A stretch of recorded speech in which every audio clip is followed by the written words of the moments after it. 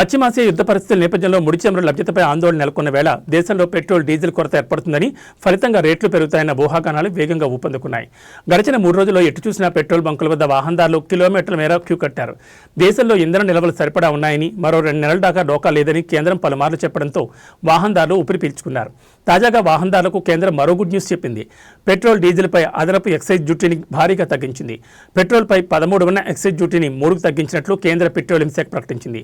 అలాగే డీజిల్పై ఉన్న 10 ఎక్సైజ్ డ్యూటీని పూర్తిగా ఎత్తివేసింది. దీంతో పెట్రోల్ డీజిల్ ధరలు తగ్గనున్నాయి. ఇరాన్పై యుద్ధం కారణంగా ప్రపంచవ్యాప్తంగా ఇంధన సరఫరాలో కీలకమైన హోర్ముజ్ జలసంధి దిగ్బంధానికి గురి అవకాశం ఉంది. ప్రపంచవ్యాప్త చమురు సరఫరాలో 5వ వంతు ఈ మార్గం గుండానే సాగుతోంది. భారత్ తన చమురు దిగుమతుల్లో సుమారు 40-50% ఈ మార్గం నుండే పొందుతోంది. దీనివల్ల దేశంలో పెట్రోల్ ధరల ఆకాశాన్ని అంటకుండా కేంద్రం ఈ నిర్ణయం తీసుకున్నట్టు తెలిపింది.